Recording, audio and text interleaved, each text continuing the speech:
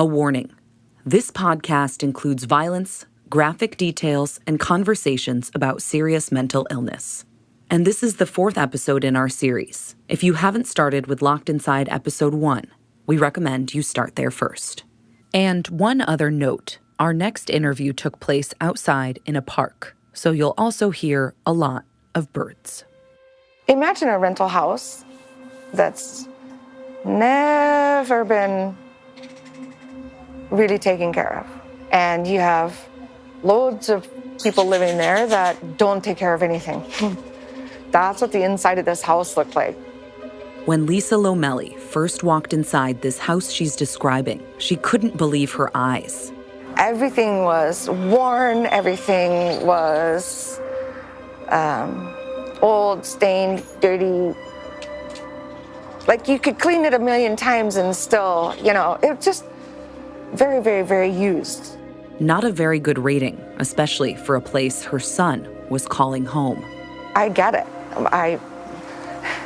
My son has a habit of, being a piece of slob. He is a slob, my son. But it's not just her son she's worried about. And plus, you've got people with anger issues and there's holes and this and that. So you don't want to put a ton of money into it, but it was, just the bare bones. Bare bones. I mean, I have to give that to them. They do get all the residents cleaning and picking up and cooking.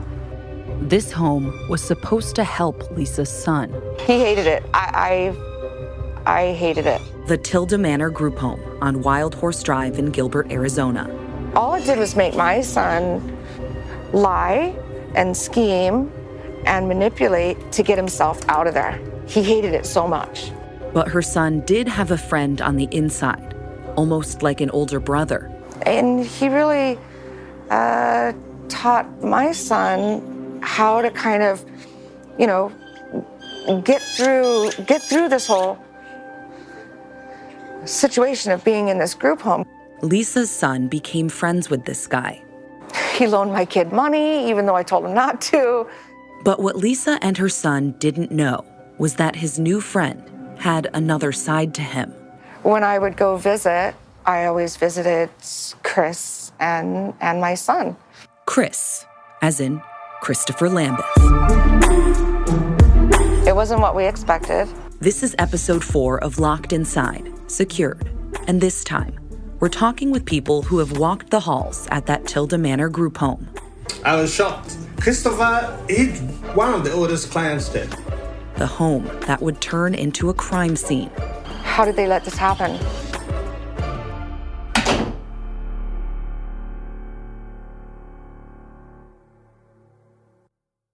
I'm Erica Stapleton, and to start, we're sitting down with a mother who never thought she'd unknowingly expose her family to a killer. I was hoping for a safe, comfortable, warm environment, somewhat warm environment. Lisa never planned for her son to be living in a group home. Where he could learn life skills, anger management, where he could get, the counseling and the information he needed to kind of start his adult life kind of on his own, since at the time he was not allowed to come back to my house. We're not naming her son to protect his privacy, but we can say he's in his mid-20s, and I have his mom's permission to share what she says happened. He's got a few diagnoses. He's high-functioning autism, ADHD, bipolar disorder, which he was diagnosed with when he was 10. So he's had it for a long time, but as he got older, he got much more aggressive. And I had to call the police quite a few times. He tried to hurt himself quite a few times. But in June 2019, he didn't just hurt himself. On Father's Day, he just completely lost it. And he ended up breaking my arm,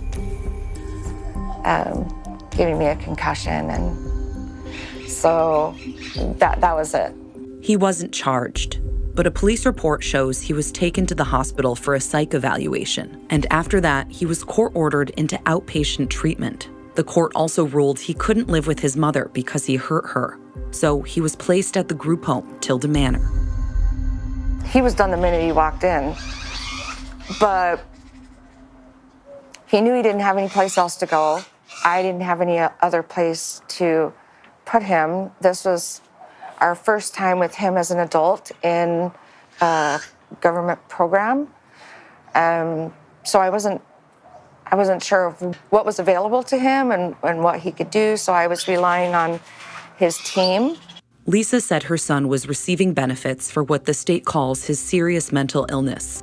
And typically, that's how a lot of people come to live in these residential facilities or group homes. State and federal programs will pay facilities to take in people that are receiving the benefits. These homes are supposed to help, but as Lisa puts it, it wasn't what we expected. It wasn't the support that we expected. It was supposed to be a learning experience to help him get stable. Her son had a rough time transitioning. She said he didn't like the staff, how they treated him. He would call me 14 times a day, most days, and complain. And you wouldn't believe what they said to me this time. And she's telling me I can't do this. And she grabbed my hand and yanked my cigarettes out of my hand and things like that, just about every day. And as she said, he found a friend in Christopher Lambeth. So he helped my son navigate kind of through and, hey, don't talk to him that way. That's just going to make things worse. He really gave my son some good advice. So when Lisa learned through our news coverage that this guy who helped her son in this tough situation was arrested for allegedly killing someone else in the home, she was beside herself. Unbelievable. I know Chris. I've spent quite a bit of time with Chris. And he was one of the most mellow, even-tempered fellows there. Lisa said her son moved out of that group home months before the killing, but he still kept in touch with his friend Chris. I spent a lot of time with him, and never in my wildest dreams I would never cross my mind. He'd be the last person that I would have thought would have done something like that. Were you aware of his background at all? No. And that is something that bothers me a lot. Lisa and her son had no idea Christopher Lambeth was a convicted double murderer after brutally killing his grandparents more than a decade before. She wasn't only bewildered, she felt betrayed. I wish somebody had said, just had given me the option to choose whether to introduce this person, into my life, to my kids and whatnot. Lisa would try to visit her son in this group home as much as she could, and oftentimes that would include visiting with Chris. She'd take them out on walks and bring them around her other kids. And she said staff would let Lambeth go with her on these outings. I know that, they can't tell you everything because, it's their private lives. But when you have someone like my son that, became friends with this person, and then that person, starts interacting with me and my other children, then I probably I needed to know, look, this person has a history of violent behavior. They didn't have to tell me what it was. They didn't have to, but then I could have made the choice myself. Lisa wishes the staff would have given her some sort of heads up. It's not clear what Tilda Manor's policy is on disclosing other residents' histories. And in hindsight, that wasn't Lisa's only concern with Tilda Manor. Now would be a good time to hear from anyone in charge of Tilda Manor, the owners or anyone representing them, but they didn't want to talk to us for this podcast. But to understand how this group home was run, I really needed to talk to someone who knew how things operated and what it was like to work in that environment. Through public records, I was able to track down 23 people who at one point in time over the past few years worked at Tilda Manor. Some of them didn't answer the door when we knocked. We're looking for former or current Tilda Manor employees. Others declined to talk. I wouldn't have any information about that. Yeah, I've We don't never have any worked with him. information about it. Okay. I'm sorry, I can't comment on that. You can't comment on that? One woman said she'd been instructed by Tilda Manor leadership not to talk with a reporter. 12 out of... No, I don't give any information. My boss told me no information for any... Okay. Yeah, I can call him now. Okay. He said no information with the press or anything because the stories they're giving out there is not what is happening. Then there was John. We changed his name to protect him from retaliation. So we're just hoping to get as much information as we can about like what it is like to work there and how they operate, because we just don't have any insight on that yet. Okay. So that's kind of why we're... Who invited me, my executive producer Katie, and our intern Faith right into his living room. His wife was preparing lunch, so you might hear some noises from the kitchen in this conversation. Oh, I can tell you guys pretty much a very clear picture of what's going on there because I worked there for 6 years. And John said he worked at Tilda Manor for 6 years. my experience was great. Like I said, I stayed there for 6 years. If a place is not great, you cannot be there for 6 years. So it was great, good working experience. He said he left in 2020, so he's no longer working at Tilda Manor. But from his view, everyone with the company was always trying their best. Mental health, that was what we signed up for. The clients are very unpredictable. Clients are unpredictable. When he says clients, he means the people who are placed to live at the home. People like Christopher Lambeth or Lisa's son. He says most of the residents come to the home from the state hospital or other hospitals with psychiatric wards. Usually the insurance company say, hey, we have this guy, he has this insurance, and they'll say the paperwork where there you can see the diagnosis, you can see the case management, you can see the psych doctor or medical doctor, anybody who's involved in the team. So, according to John, insurers like Medicaid would reach out to Tilda Manor and provide the prospective resident's case file. Then, Tilda Manor would screen the person, checking their diagnoses, behaviors, medical records. If it's a fit and there's a bed, the person could be placed in the group home.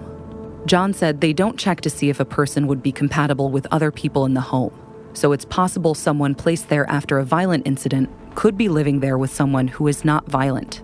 And it's possible someone could be transferred out of the home if a problem came up. We just take special precautions.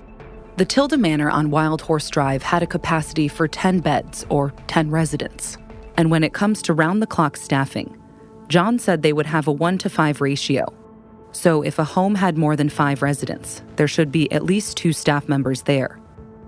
These staff members are usually behavioral health techs, people who are supposed to help give out medications, help residents with cooking, cleaning, and preparing for appointments and other parts of their treatment plans.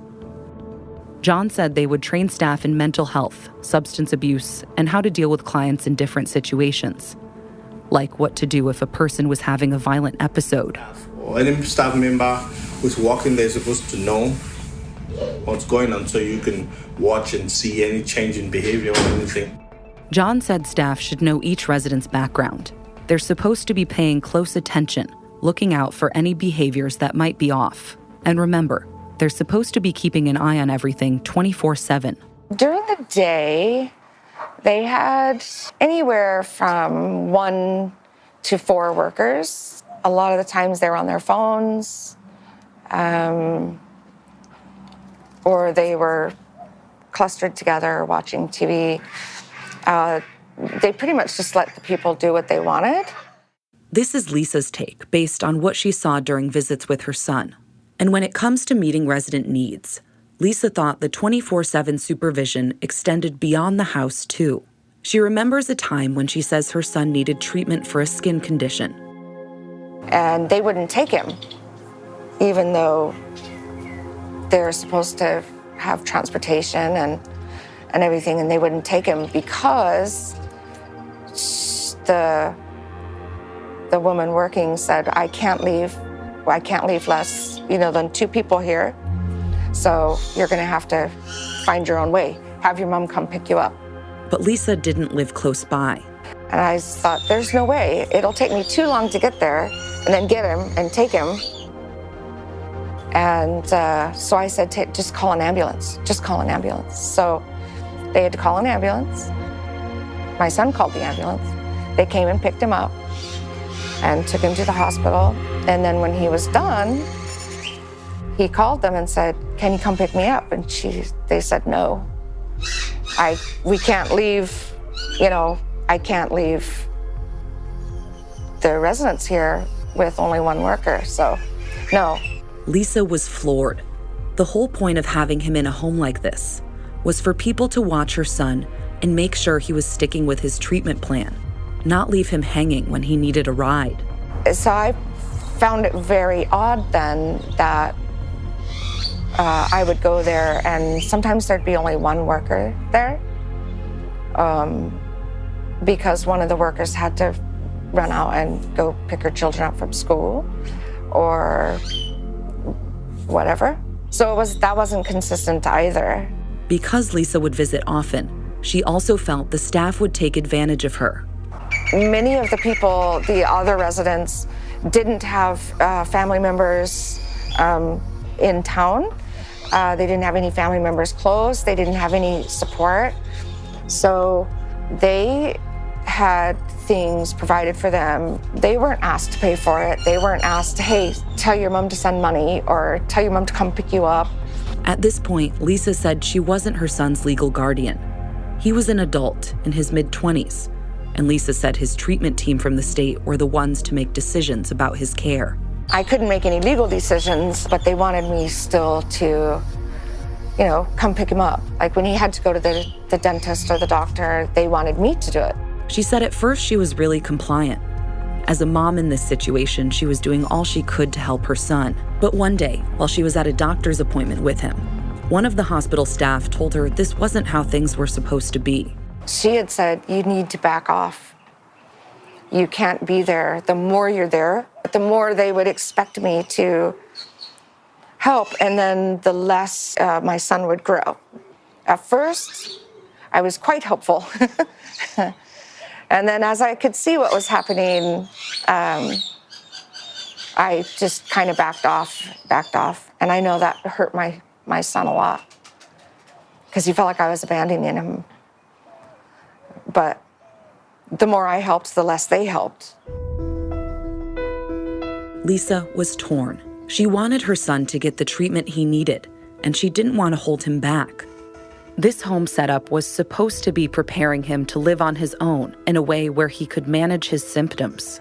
She said her son's final straw was when he had an incident with a resident that prompted him to report a complaint to Adult Protective Services. Days later, her son was moved to another home. We asked APS about this, but they declined to answer questions, citing privacy laws. In Lisa's view, the staff was spread too thin. It's just not enough. We did talk with one other former Tilda Manor employee who wanted to be anonymous. You worked at all the houses? Mm-hmm. Oh, wow. Yeah, I did. She said she'd serve residents their medications, drive them to appointments, and make sure they kept up with hygiene. They were supposed to help build independent living skills. She remembers being called to cover shifts a lot and often felt overworked and overwhelmed. God had put in so much work in that company. She also remembers that sometimes paychecks would bounce, despite all that work. That's frustrating. Yeah, we hated it. I hated it. She'd never worked in this field before and learned a lot on the job on how to care for people dealing with mental illnesses. She said they did get training on how to handle incidents with residents. Next time you should do this, do that, do this, do that. But talking about it and being face-to-face in the situation were two different things. She said there were always at least 2 staff members working, sometimes 3 or 4, and always 2 overnight. But she admitted that sometimes she felt she didn't have the right training to handle this job, and that she felt she wasn't qualified to handle certain behaviors or diagnoses. We are not qualified to manage it. Sometimes a resident would tell her they wanted to kill themselves, and she wouldn't know what to say. She said she'd do all she could to make a situation calm, but things could escalate quickly. She remembers one time in particular, when a resident came back from an outing. She was pregnant at the time, and out of nowhere, the resident tried to punch her. He wound up hitting a wall instead. That scary situation and the hectic schedule were some of the reasons that ultimately led her to quit her job at Tilda Manor.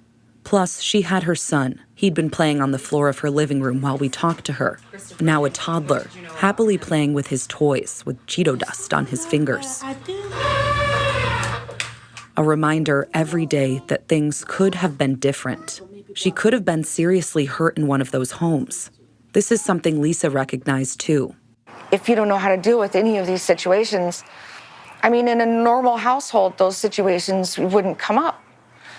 But when you're in a situation where you have a bunch of volatile people all together in a small place, and even just one of them by themselves could be volatile and difficult to deal with. But when you have a whole bunch of them together and you don't know how to do any of this stuff, then situations just escalate.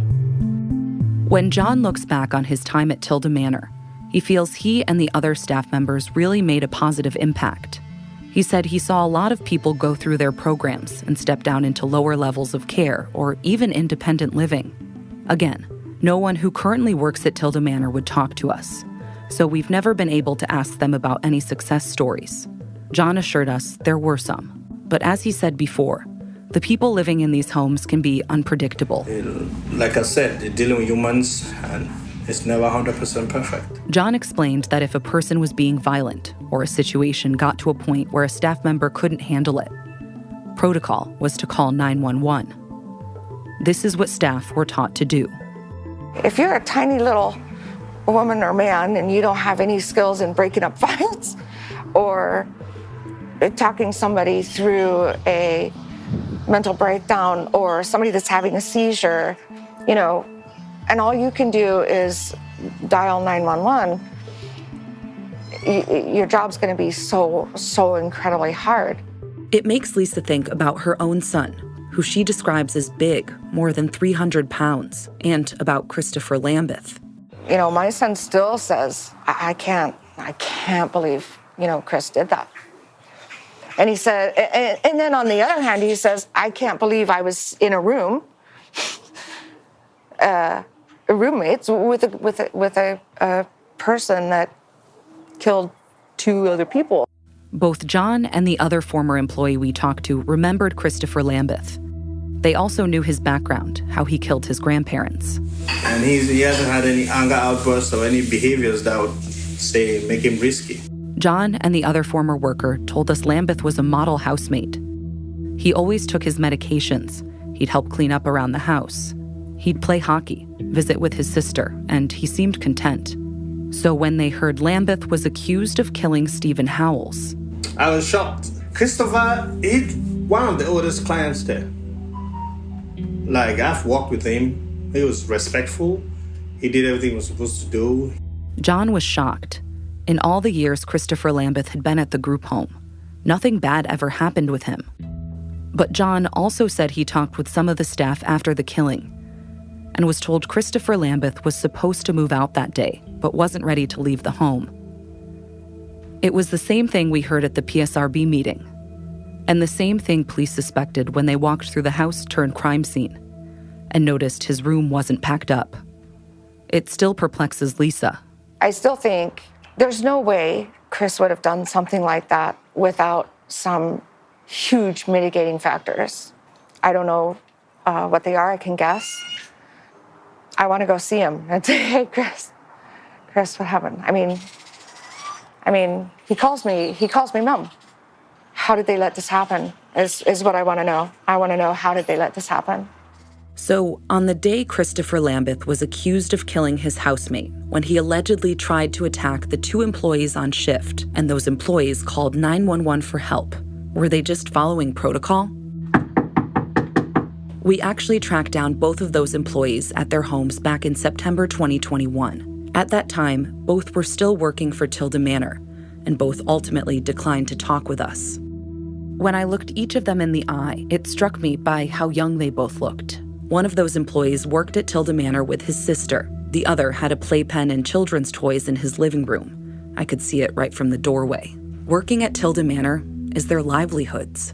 If you could go back in time and you had, any say in this decision, would you let your son live in that house? No, absolutely not. From Lisa's view, this home was set up to fail. There was a disconnect in how the staff were trained, how they communicated, how people were placed there, how Tilda Manor ran the house. I guess my final question, why speak out? Because I don't want this to happen to anybody else.